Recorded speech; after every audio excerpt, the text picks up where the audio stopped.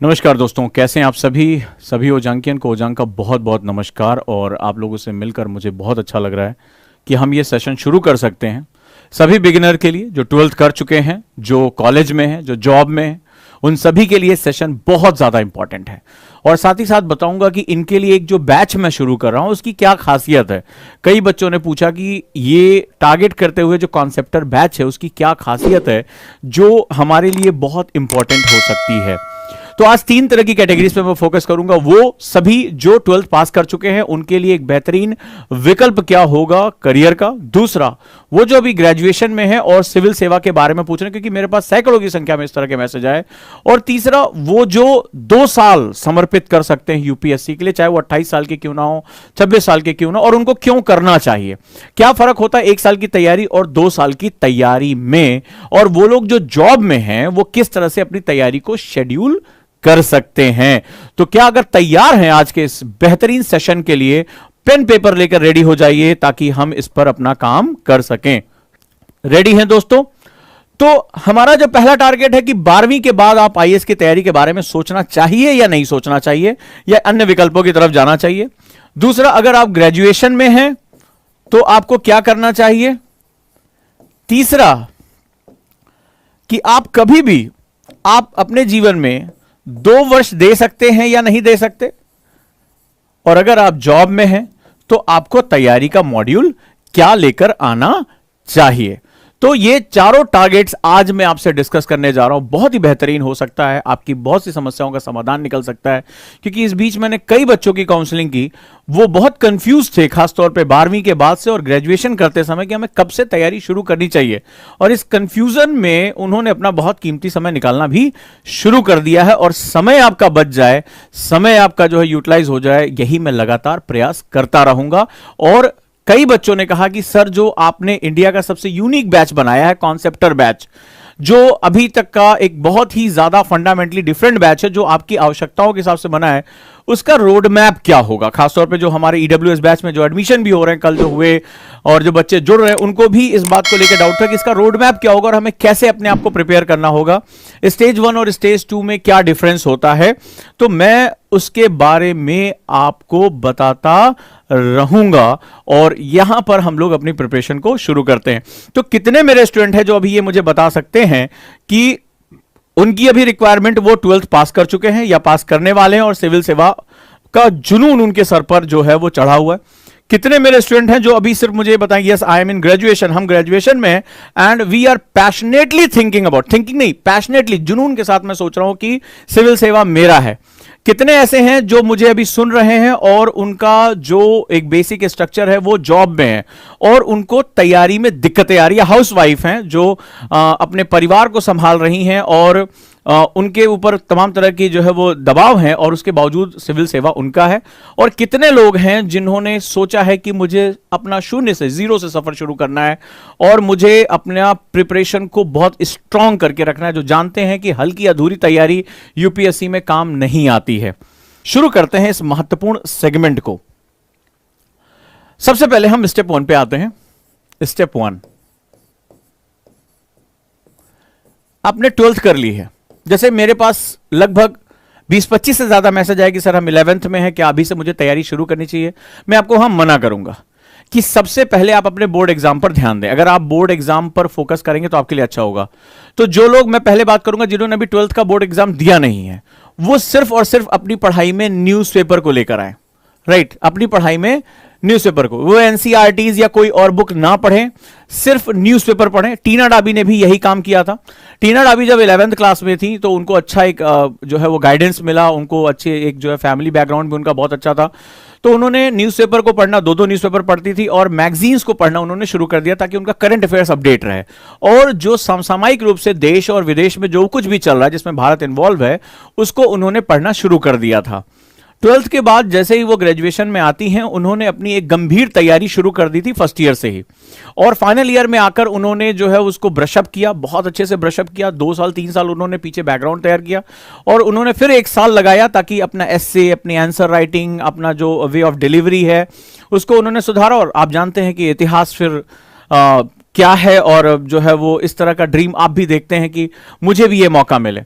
तो देखिए क्या होता है, यूपीएससी में दो सेगमेंट होते हैं। मैं आज की बात क्यों कर रहा हूं, एक होता है, एक बच्चा जनरली जो आप लोग भी कहते हैं सर मुझे यूपीएससी क्वालिफाई करना है, मैं उनसे पूछता हूं कि कौन सी रैंक पे, दे आर नॉट डिटरमाइंड। एक यूपीएससी में सर मुझे रैंक लेकर आना है। दूसरा होता है, ये आप सोचते हो कि ये बहुत मजाक है, लेकिन मैं अदापा कार्तिक, टीना डाबी, अतहर आमिर, ठीक है, ये जितने भी हमारे टॉपर्स हैं, आप अगर देखोगे तो इन्होंने अपने माइंडसेट को हमेशा टॉप रैंक के लिए रखा है, टॉप रैंक के लिए। ये हमेशा कहते थे मैं मेहनत कर रहा हूं तो मुझे रैंक अच्छी चाहिए। ये नहीं कहते थे कि मुझे फर्स्ट रैंक मिलेगी, बट हाँ ये भी कहते थे कि मैं 500वां 600वां नहीं बनूंगा। और ये क्या माइंडसेट तय करता है, ये माइंडसेट तय करता है कि आप अपने आप को पुश करेंगे रैंक के लिए, ऊपर लिए। तो बहुत से बच्चे मैंने देखा कैजुअली, सर मैं यूपीएससी करना चाहता हूं, मेरे पास कम से कम एवरेज 250 से 300 व्हाट्सएप मैसेज डेली आते हैं, उसमें मेजॉरिटी सर मैं यूपीएससी करना चाहता हूं, यूपीएससी शुरू करना चाहता हूं, यूपीएससी मेरा सपना है, but they are not deterministic. यानी कि अगर आप आज, चाहे आप जॉब में हैं, चाहे आप 12वीं कर चुके हैं, चाहे आप जो है वो ग्रेजुएशन में, पहली चीज जो बहुत महत्वपूर्ण है वो अपने अंदर दृढ़ता लेकर आइए, डिटर्मिनिस्टिक बनिए। Sir I want to qualify UPSC with very good rank, sir I want to qualify UPSC, sir मैं यूपीएससी को बहुत अच्छी 50 के अंदर रैंक से क्वालिफाई करना चाहता हूं, सर मैं यूपीएससी करना चाहता हूं। सबकॉन्शियस माइंड कर रहा है चल यूपीएससी करेगा, चल छोड़ कुछ और सोच। तो मैं सर नहीं भी करना चाहता, मैं सर 50-50 ब्रिटानिया वाला हूं। नहीं, आपको डिटर्मिनिस्टिक रहना पड़ेगा सबसे पहले, और जो भी आप अपने लक्ष्य बना रहे हैं उसमें स्पष्टता होनी चाहिए। ब्लर टारगेट्स कभी भी भेदे नहीं जाते हैं, यह बात याद रखिएगा। जो टारगेट भ्रमित होते हैं वो कभी भेदे नहीं जा सकते हैं जब तक टारगेट जो है वो स्पष्ट नहीं होता। आपने कई पिक्चरें देखी, उसमें स्नाइपर्स होते हैं जो बहुत दूर से निशाना लगाते हैं अपने टारगेट्स पे। स्नाइपर जो है वो हवा की गति को भी देखते हैं कि मेरी गोली कहीं शिफ्ट तो नहीं हो जाएगी। जब तक टारगेट उनको बिल्कुल स्पष्ट नहीं हो जाता तब तक वो ट्रिगर, वो घंटों घंटों स्नाइपर जो है, आपने देखा होगा वो घंटों मतलब बिना हिले डुले स्थिर वो पड़े रहते हैं, और जब उनका टारगेट एकदम स्पष्ट हो जाता तब वो गोली चलाते हैं। यहां तक कि हवा की दिशा अगर पलट गई, स्नाइपर्स के बारे में आप जो है डिस्कवरी चैनल और तमाम जगह पढ़ सकते हैं, अगर हवा की दिशा पलट गई तो गोली सामने टारगेट नहीं मारते जब तक वो सारी कंडीशन ऑप्टिमम नहीं होती है, और जब वो मारते हैं गोली तो सीधे अपने निशाने पर जाती है। ठीक है, तो ये एक बहुत महत्वपूर्ण होता है। जब निशानेबाज इस चीज को जानता है तो आप भी एक निशाना लगा रहे हो, आप यूपीएससी को जो है भेदना चाहते हो, तो डिटर्मिनिस्टिक होना यानी सारी कंडीशन के ऑप्टिमाइजेशन पे आपका पहला काम होगा। चाहे आप जॉब में हो, चाहे आप ग्रेजुएशन में हो, चाहे 12th कर चुके हो, इट डजंट मैटर। तो आप पहले डिटर्मिनिस्टिक हो जाओ, क्या चाहते हो। जब आप मुझे, और ये मैं आपको मतलब कहता हूं, अभी तक मुझे सिर्फ एक हफ्ते में 1000 से ज्यादा मैसेज में यही बात आई, सर मैं यूपीएससी करना चाहता हूं, सर यूपीएससी मेरा सपना है। You are not deterministic in your talks also. मैं कोई हवा में बात नहीं कर रहा हूं, ये आपके मैसेज जो मेरे पास आए हैं, ये आप ही जो मैसेज यहां पर कर रहे हो, पढ़ लो इसको यहां पे। तो सबसे पहले आप डिटर्मिनिस्टिक होंगे और अपनी रैंक के लिए जाएंगे। देखिए क्या होगा इसमें, आपको सबसे बड़ा फायदा यह है कि आपके पास एक चीज एबेंडेंट हो जाएगी जिसमें आप अपनी गलतियों को निकाल सकेंगे, और वो होगा आपके पास समय होगा अपने आप को किस लिए, समय किस लिए, इंप्रूव करने का। आज आप जो भी हैं, अच्छा नहीं बोल पाते, अच्छा नहीं लिख पाते, अच्छा जो है वो नहीं जो है वो अभिव्यक्त कर पाते, आपके पास अच्छा खासा टाइम होगा जब आप अपने आप को इंप्रूव कर पाएंगे। और इंप्रूवमेंट, अपनी पर्सनालिटी और अपनी एजुकेशन में इंप्रूवमेंट का नाम ही है आईएएस। ठीक है, आप गांव से आए हो, आप नहीं अंग्रेजी जानते हो, आप गांव से, अच्छा ऐसे कभी जिंदगी में नहीं लिखा, मास्टर साहब ने कभी जो है उत्तर नहीं लिखा है, लेकिन ये अतीत है, छोड़ कर आओ। मुझे अपने आप को इंप्रूव करना है, एंड इंप्रूवमेंट नीड्स टाइम। ठीक है, इंप्रूवमेंट को टाइम चाहिए होता। वायरल और कोरोना में क्या अंतर है भाई, वायरल गए 4 गोली खाया, वो खाया 2-3 दिन में फिट हो जाते थे, हल्का सा सर्दी जुकाम। कोरोना भी तो उसी तरह का था, लेकिन लिटा गया 20-25 दिन सबको, और पता नहीं लौट के आओगे कि नहीं आओगे, ये भी सब बड़ी दिक्कत है। हमसे देखो क्या हालत हुई हमारी कोरोना में। तो अब उस कंडीशन में क्या, ये भी तो एक फ्लू ही तो है, और है क्या, लेकिन इसने ज्यादा टाइम लिया। तो सवाल यह है कि आप अपनी इंप्रूवमेंट में कितना समय लेते हो। ठीक है, तो ये बड़ा इंपॉर्टेंट सेगमेंट होता है, और इसीलिए मैं कहता हूं कि आज के समय में बहुत ही बदल गए। जैसे कई लोगों ने आलोचना की, अरे क्या फालतू की बातें कर रहे हो, 12वीं के बाद जो है आईएएस के बारे में बता रहा है। तो मुझे ये बताओ, आप में से मुझे दोस्त, कम्युनिकेशन हम करते हैं क्योंकि कुछ मिथकों को तोड़ना बड़ा जरूरी है। ओजांग के साथ आप 1 घंटे हो, लेकिन अपने समाज में तो आप 23 घंटे हो रहा है रिबेनिंग। तो वो तो ज्यादा तुम्हारे दिमाग में भरेंगे। आज की डेट में मुझे बताइए, जो आईआईटी का एग्जाम होता है 12वीं के बाद दिया जाता है, क्या आप ये मानते हैं कि आज मां बाप और आप स्वयं 8वीं और 9वीं के बाद आईआईटी की तैयारी शुरू कर देते हैं या नहीं कर देते हैं? जो बच्चों ने तैयारी की होगी या जो जानते हैं, हाँ या ना में मुझे जवाब दो। उसके साथ वो फाउंडेशन कोर्स, क्लास के साथ वो कोर्स, 8th क्लास के बाद आप चाहे अपने शहरों में जाएं, हर शहर में ये बोर्ड लगा होगा कि ज्वाइन जो है आईआईटी या जो है नीट की कोचिंग 8th 9th के बाद आप ज्वाइन कर लें। और मां बाप यहां तक कि स्कूल जो है कोलैबोरेट करके उसी समय से ही 12वीं के बाद आपको एग्जाम देना है, लेकिन 9th में और उससे पहले ही आपको ये ज्वाइन करा देते हैं कि नहीं करा देते हैं? यस नो में मुझे आप जो है वो जवाब दें, हाँ या ना में। हाँ, ऐसा होता है, होता है। तो आपको पता चलेगा ना बदलता ट्रेंड क्या है। यस, आपने एड्स देखे हैं इस तरह के, ओलंपियाड्स होते हैं, स्कॉलरशिप टेस्ट होते हैं। यस, मैक्सिमम लोगों ने यस कहा। Yes yes yes yes yes. Why? क्यों? क्योंकि आपको पता है this is one of the toughest competition. एक जमाना हुआ करता था, बहुत कम लोग इंजीनियरिंग किया करते थे, बहुत कम लोग कंपटीशन दिया करते थे, but now it is everybody want to secure career. आज की डेट में हर आदमी एक सुरक्षित करियर चाहता है, हर आदमी पैकेज चाहता है। आज हम उपभोक्तावादी समाज में हैं। मां बाप को चिंता लगी रहती है कि अगर अच्छा पैसा नहीं मिला, अच्छा करियर नहीं मिला, तो ना तो ये लाइफ सेटल कर पाएगा, ना शादी होगी, ना कभी अपना जीवन ये सुरक्षित कर पाएगा। इसीलिए क्या होगा, आपने देखा, और जिस भी आप क्लास में जाते हैं भीड़ के भीड़ भरी होती है। तो किसी ने क्वेश्चन पूछा कि जिस एग्जाम को आपको 12वीं के बाद देना है, उसकी तैयारी आप 8th 9th से क्यों करा रहे हैं? क्योंकि वहां जवाब होता है, मां बाप खुद कहते हैं इतना ज्यादा कंपटीशन है। नीट में देखिए कितना ज्यादा कंपटीशन है, बच्चा एक साल में इतनी बुक्स ही नहीं पढ़ पाएगा, इतना जो है वो कोर्स कवर नहीं कर पाएगा। One of the toughest exam है, इसमें इतने लेवल होते हैं। तो भाई इंडिया का सबसे टफेस्ट एग्जाम तो फिर यूपीएससी है। क्यों? कि उसमें तो 12वीं का पास बच्चा, मैथ्स पढ़ा हुआ बच्चा केवल आता है, बायो पढ़ा हुआ बच्चा आता है। इसमें तो पुराना जो सिविल सर्विस आईपीएस है वो भी एग्जाम दे रहा होगा, आईआरएस भी एग्जाम दे रहा होगा। हर स्ट्रीम का बच्चा, भाषा का बच्चा इसमें एग्जाम दे सकता है। 13 लाख लोग जो है इसमें एग्जाम दे रहे हैं। ठीक है, 13 लाख लोग एग्जाम का फॉर्म भरे, और भी ब्रिलियंट लोग। कोई लंदन स्कूल ऑफ इकोनॉमिक्स से पढ़कर आया है, कोई अपना करोड़ों का पैकेज जो आईआईटी से पढ़कर गया था, आपने भी पता होगा ना, टॉप 20 में आईआईटी घुस जाते हैं। तो अब उसमें आईआईटी से पढ़कर आया, उसको भी आईएएस देना है। जो एम्स से पढ़कर आया है वो भी जो है वो क्या दे रहा है, आईएएस दे रहा है। जो एसआरसीसी से जो सीए करके बैठा हुआ है वो भी क्या है, वो आईएएस दे रहा है। जो डॉक्टरेट करके बैठा है वो भी आईएएस दे रहा है। यानी देश का जो सारा, जिसे कहते हैं इंटेलिजेंसिया है, वो भी उसका सपना आईएएस बनने, क्योंकि उसको समझ में आ गया कि तुम भले चाहे इंजीनियर बन जाओ, लेकिन जो ताकत है, जो डिस्कशन की पावर है, वो वहां पे बैठी हुई है। वो उसके पास पावर है, जो निर्माण करने की पावर है, जो डिसीजन मेकिंग पावर है, वो तो आईएएस और आईपीएस के पास बैठा हुआ है। उसके ऑर्डर्स को तो तुम भी डिनाई नहीं कर सकते। वो तय करेगा कि तुम्हारे लिए क्या होगा क्या नहीं होगा। तो अंत में उनको समझ में आता है कि यार इससे ज्यादा, आपने देखा होगा कितने आप जो है वो पोस्ट लाइक करते हैं कि वो फलाने इंजीनियर था, कैलिफोर्निया में था, सॉफ्टवेयर इंडस्ट्री में था, छोड़कर उसने एग्जाम दिया और आईएएस या आईपीएस बना। आपने भी पढ़ा होगा ना। तो अब सवाल ये है, मुझे लॉजिक दो कि एक 12वीं पास के बाद के एग्जाम के लिए आप 4 साल पहले 8वीं क्लास में एडमिशन लेके तैयारी शुरू कर देते हो, राइट? तो देश के सबसे टॉप मोस्ट जो है एग्जाम के लिए सबसे पावरफुल, जहां आपको पावर, प्रेस्टीज, सब कुछ आपको मिलता है, तो उस एग्जाम के लिए आप कितना समय दोगे? 1 साल? तो तुम खुद लॉजिक लगा के देखो कि इससे वाहियात बात क्या हो सकती है। अनटिल अनलेस, जब तक आपका बैकग्राउंड ना हो, ठीक है, तो आप खुद जो है वो करके देखो। आज मैं आपको जो लॉजिक दे रहा हूं उसको तोड़ के दिखाओ तुम लॉजिक को।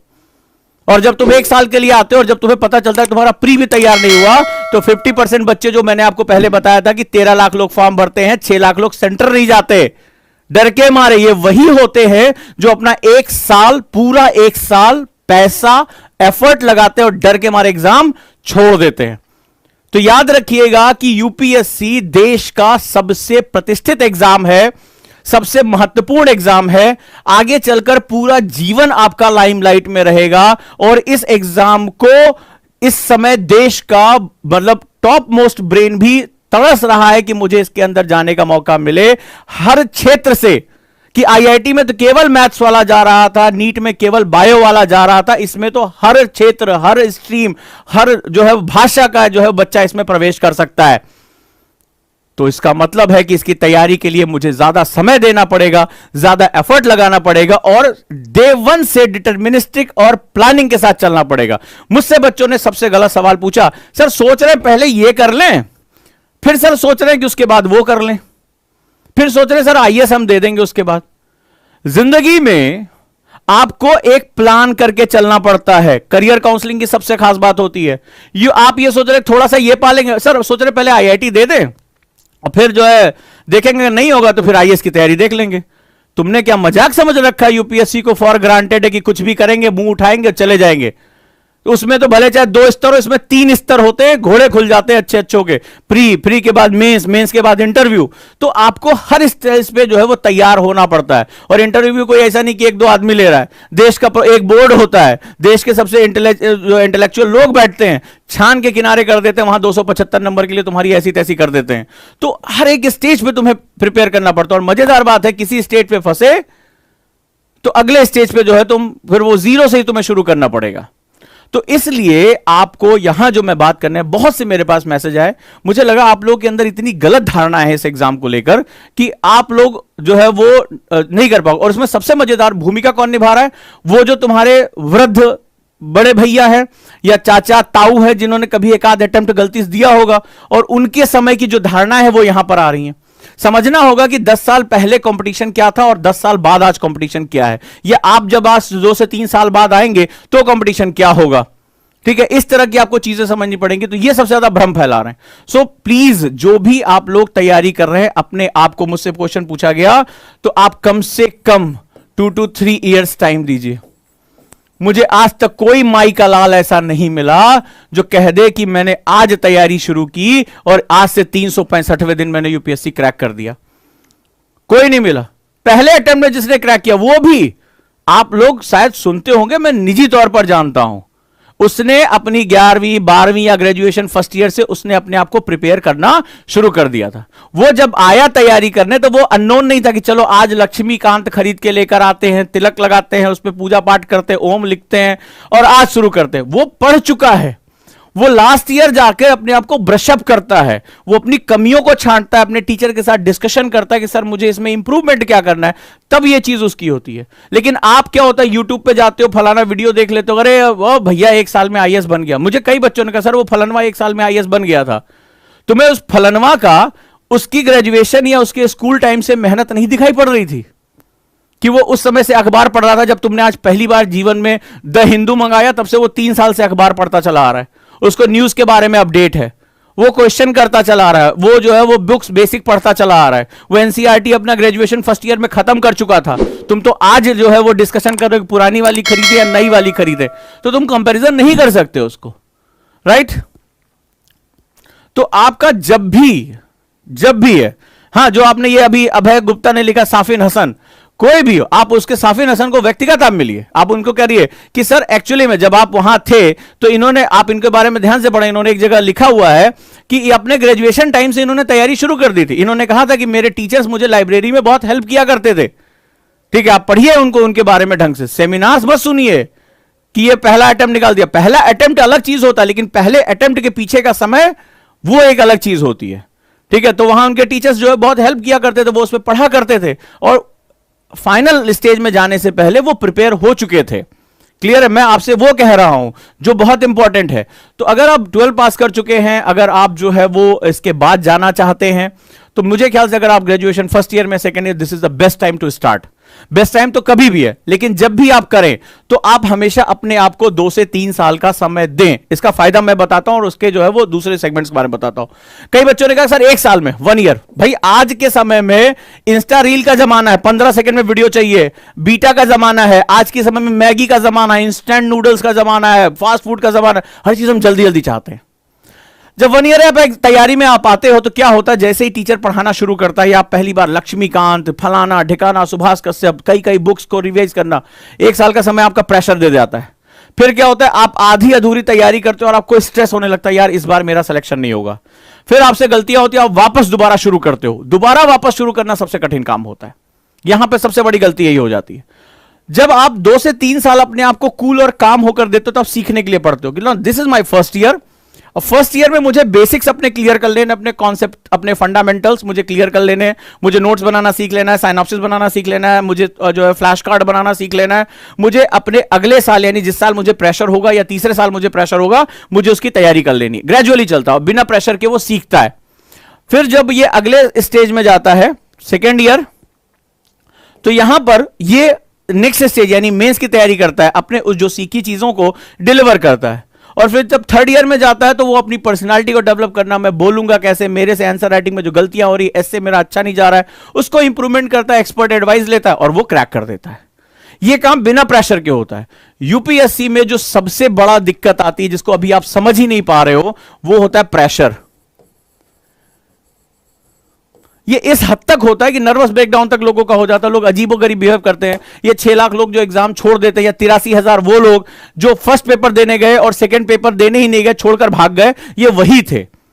ये वही थे जो प्रेशर को डील ही नहीं कर पाए कि इतने प्रेशर में होता क्या, वो घबराहट होने लगती है। क्या करें, कई बच्चों ने मेंस जो दिया, उनसे जब मैंने बात की तो उसमें यह हुआ कि फर्स्ट पेपर उनका खराब हो गया। ठीक है, फर्स्ट पेपर खराब हो गया, अब वो प्रेशर ही डील नहीं कर पाया क्योंकि ट्रेन नहीं थे। तो वो क्या हुआ, सेकंड पेपर उन्होंने ऑटोमेटिक खराब कर लिया। उनका यही था कि मेरा फर्स्ट पेपर खराब हो गया, मेरा मेंस नहीं निकलेगा। वो आखिरी तक अपनी नर्व्स को नहीं थाम पाए, आखिरी तक उन्होंने लड़ाई लड़ी ही नहीं। क्लियर है? तो ये एक बड़ा इंपॉर्टेंट फैक्टर है जिसको आपको समझना पड़ेगा कि हमें कैसे प्रिपरेशन करनी है। और अगर आप इस प्रिपरेशन के थीम को समझ जाते हैं तो एवरीथिंग इज फाइन। ठीक है, तो याद रखिएगा, जो भी आफ्टर 12th हैं, अगर उनको पैशन है तो आप एक पैशन में जा सकते हो। तुम सोचो यार थोड़ा सा इंजीनियरिंग कर लें, थोड़ा सा आईएएस बन जाए, थोड़ा सा डॉक्टर वाला भी देख लें, तो ये पॉसिबल नहीं है। पहले तो दिमाग से निकाल दो। दूसरा, you have to be very deterministic. जो लोग भाग्यशाली हैं और कम उम्र में उनको तैयारी करने का मौका मिल रहा है, यह बात याद रखिएगा। जो लोग बहुत लकी हैं और कम उम्र में उनको जानकारी मिल गई है या उनको तैयारी करने का मौका मिल रहा है, वो अपने इस समय को डिटर्मिनिस्टिक होकर निकालें कि यस, मुझे सिर्फ आईएएस नहीं क्रैक करना है, मुझे टॉप रैंक में क्रैक करना है, मुझे अच्छी रैंक के अंदर लेकर आना। और इस बात को वो अपने दिमाग में बिठा लें और उसके लिए मेहनत करें। स्टेप बाय स्टेप जो है वो अपने प्रिपरेशन को लेकर चलें। स्टेप बाय स्टेप प्रिपरेशन जो होती है उसमें किसी भी सब्जेक्ट को 2 भागों में तोड़ दिया जाता है। एक जो प्रेशरलेस लर्निंग प्रोसेस होता है और दूसरा जो परफॉर्मेंस सेगमेंट्स होता है। कौन सी? जब भी हम पढ़ाई करते हैं, जो भी जिनके पास 2 से 3 साल का वक्त है, वो ये समझें, किसी भी सब्जेक्ट को, किसी भी प्रक्रिया को 2 भागों में तोड़ दिया जाता है। अभी मैं आपको एक किताब मोटी सी दे दूं और कहूं कि इसमें से बहुत क्वेश्चन आने वाला, आपको पढ़ना है, आप टेंशन में आ जाओगे, आप बहुत टेंशन में पढ़ोगे, कैसे याद करूं। अभी मैं आपको एक कॉमिक्स दे दूं, बोले अरे मौज से पढ़ो, पता चला कि आपने शुरू किया और उसको पूरा पूरा खत्म कर डाला। ये जो होता है वो माइंड गेम होता है, बहुत इंपॉर्टेंट होता है। तो जब सबसे पहले बुक का जो हमारा जो लेवल तैयारी का होता है, फर्स्ट लेवल, उसको हम लोग बोलते हैं कॉन्सेप्ट लेवल। यानी ये लर्निंग प्रोसेस होता है, सीखने की प्रक्रिया। अगर तुम किसी भी चीज को सीख नहीं पाओगे, याद रखना, 1 ईयर प्रिपरेशन में कई बार जिनके पास टाइम नहीं है, ऑप्शन नहीं, उनकी बात तो मैं नहीं कर रहा हूं। 1 ईयर में आप जाओ, अच्छे से करो, आपने बेसिक्स पढ़ रखा होगा, मैं मानता हूं एनसीईआरटी आपकी खत्म हो गई होगी। लेकिन अगर नहीं है तो अगर आप लर्निंग प्रोसेस में एंटर नहीं कर पाते तो इसका आगे आपको खामियाजा क्या भुगतना पड़ेगा, मैं बताता हूं। सर पढ़ाई में मन नहीं लग रहा है, सर ऑप्शनल बिल्कुल नहीं समझ में आ रहा है, सर क्या है, सर वो समझ में नहीं आ रहा इकोनॉमिक्स में कैसे मार्क्स आए, मैं इतना मेहनत करता हूं, नंबर मेरे क्वेश्चन गलत हो जाते हैं टेस्ट में।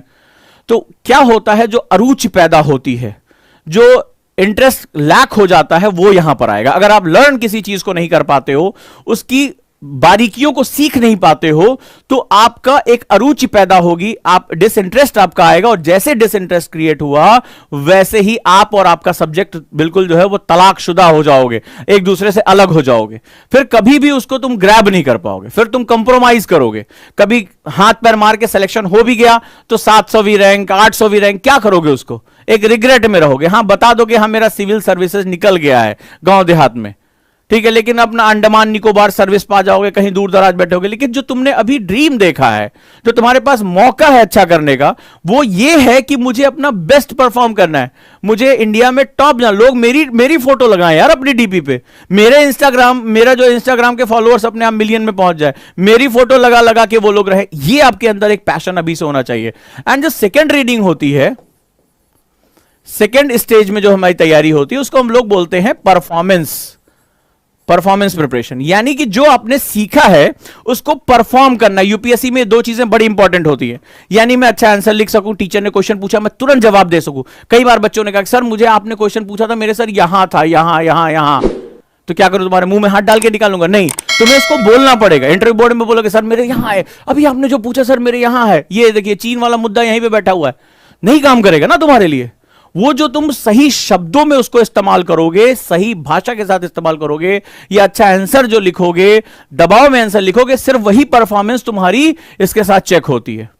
यही चीज जॉब वालों के साथ है। जॉब वाले बड़ा प्रेशर ले लेते हैं। मेरे कई बच्चों ने कहा कि जैसे कई की कोविड की ड्यूटी लगी है, दिल्ली पुलिस के बहुत से जो है वो सिपाही अधिकारी मेरे साथ जो है, पीएसआई ऐसा ये सब जो है मेरे साथ जुड़े हुए हैं, क्लास लेते हैं ऑनलाइन, तो उनके ऊपर बड़ा प्रेशर आता है। मैं हमेशा कहूंगा जितने भी बच्चे जॉब वाले या जो हाउस वाइफ्स हैं, क्योंकि परिवार की जिम्मेदारी, बच्चों की जिम्मेदारी, वो अपने टारगेट को अगर उन्होंने एक साल बनाया है कि सन 2022 में मुझे एग्जाम देना, उसको 2023 कर लो।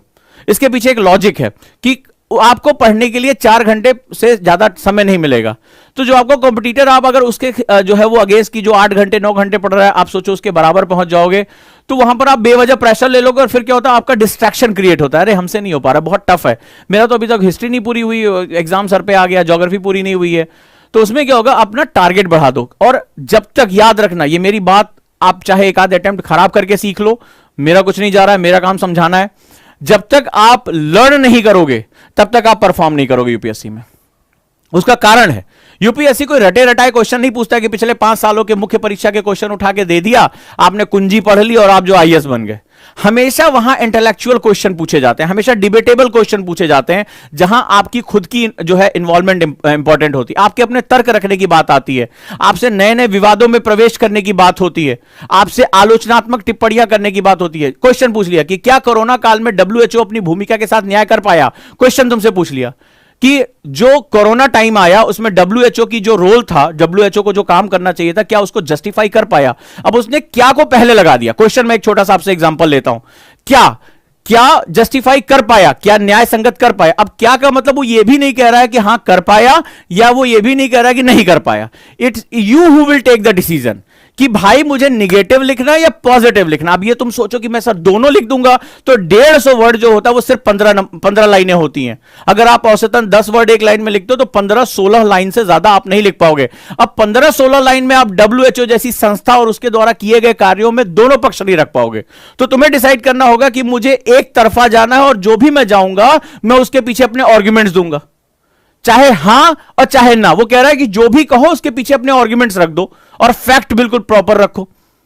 तो अब वहां पर आपको डिसाइड करना, वो आपसे अभी नहीं कह रहा कि इसकी आलोचना करो या इसका समर्थन करो, ये आपका डिसीजन है। वो कह रहा है जो डिसीजन लोगे उसको जस्टिफाई करो, उसको जस्टिफाई करो।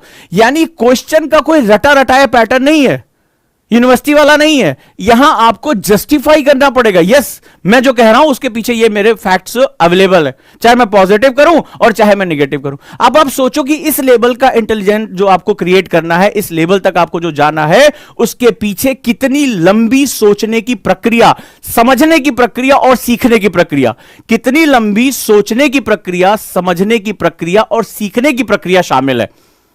कि मैं उस संस्थान के बारे में बात करूं, उस संस्थान के कार्यों को पिछले 1.5-2 सालों से मैं उसको जज कर रहा हूं, इसको मैं देखूं, उस संस्थान के द्वारा दिए गए गाइडलाइंस मुझे समझ में आनी चाहिए, हमारे देश पर उसके द्वारा किए जाने वाले प्रभाव, उसको मिलने वाली फंडिंग, उसके जो अधिकारी हैं उनके द्वारा जो किए गए कार्य है, मैं सब कुछ 7 मिनट के अंदर, 7 मिनट्स घड़ी देख के मुझे एनालाइज करना है, स्ट्रक्चर करना है और कॉपी के अंदर लिख देना है। This is known as heavily pressure, इसको कहते हैं भयानक प्रेशर यूपीएससी में।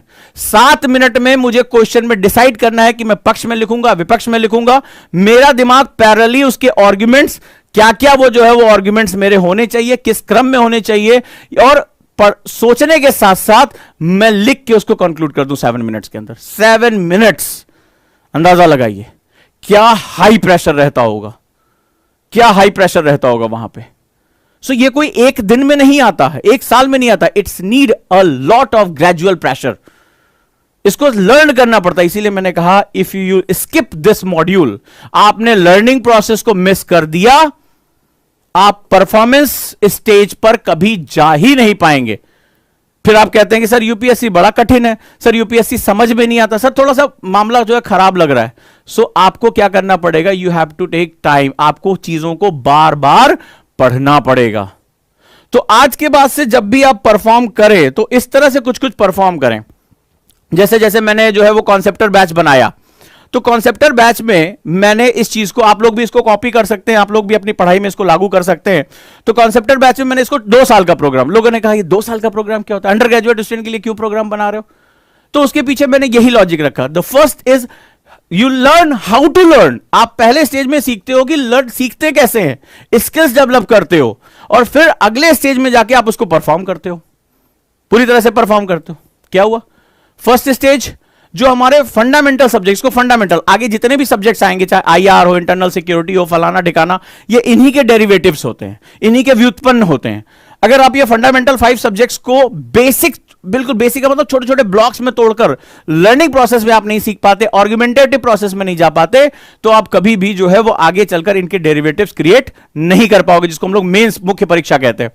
तो जो आपका ज्योग्राफी है, हिस्ट्री है, जो पॉलिटी है, इकोनॉमी है, साइंस है, ये आपका बेसिक सेगमेंट्स हो गया।